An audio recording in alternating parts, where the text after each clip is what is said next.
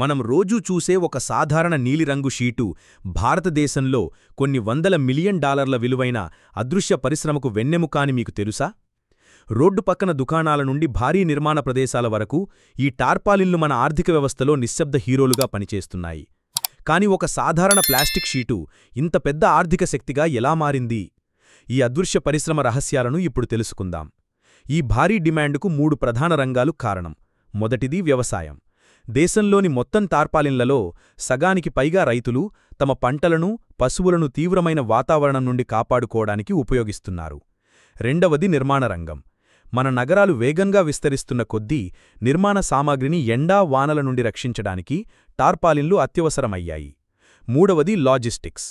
దేశవ్యాప్తంగా ప్రతిరోజూ ప్రయాణించే లక్షలాది ట్రక్కులు తమ సరుకులను సురక్షితంగా గమ్యస్థానాలకు చేర్చడానికి వీటిపైనే ఆధారపడతాయి. అన్ని టార్పాలిన్లు ఒకేలా ఉండవు.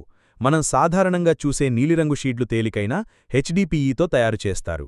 ఇవి రోజువారీ అవసరాలకు సరిపోతాయి. కాని భారీ పనుల కోసం పరిశ్రమలు మందంగా, బలంగా ఉండే PVC టార్పాలిన్లను వాడతాయి. ఇవి పెద్ద నిర్మాణ ప్రాజెక్టులకు, సుదూర ప్రయాణాలు చేసే ట్రక్కులకు చాలా అవసరం. భారత టార్పాలిన్ మార్కెట్ వేగంగా అభివృద్ధి చెందుతోంది. ఆవిష్కరణ దీనికి కొత్త అవకాశాలను తెరుస్తోంది. UV నిరోధక, అధిక బలంగల టార్పాలిన్లు మరియు అగ్ని నిరోధక టార్పాలిన్ల వంటి ప్రత్యేక ఉత్పత్తులకు డిమాండ్ పెరుగుతోంది. అంతేకాకుండా భారతదేశం ప్రపంచంలోనే అతిపెద్ద టార్పాలిన్ ఎగుమతిదారులలో ఒకటిగా నిలిచింది. కాబట్టి తదుపరిసారి మీరు ఒక టార్పాలిన్ను చూసినప్పుడు అది కేవలం ప్లాస్టిక్ కాదని గుర్తుంచుకోండి. అది భారత వ్యవసాయానికి అదృశ్య కవచం, నిర్మాణ రంగానికి నిశ్శబ్ద భాగస్వామి మరియు దేశ ఆర్థిక వ్యవస్థకు ఒక కీలక ఆధారం. అతిపెద్ద అవకాశాలు అత్యంత సాధారణ ప్రదేశాలలోనే దొరుకుతాయని చెప్పడానికి ఇదే నిదర్శనం. మీ దృష్టిలో ఇలాంటి అదృశ్య పరిశ్రమలు ఇంకా ఏవి ఉన్నాయి? కింద కామెంట్స్లో మాకు తెలియజేయండి. ఈ బిజినెస్ ఎలా స్టార్ట్ చేయాలి? ఇన్వెస్ట్మెంట్ ఎంత?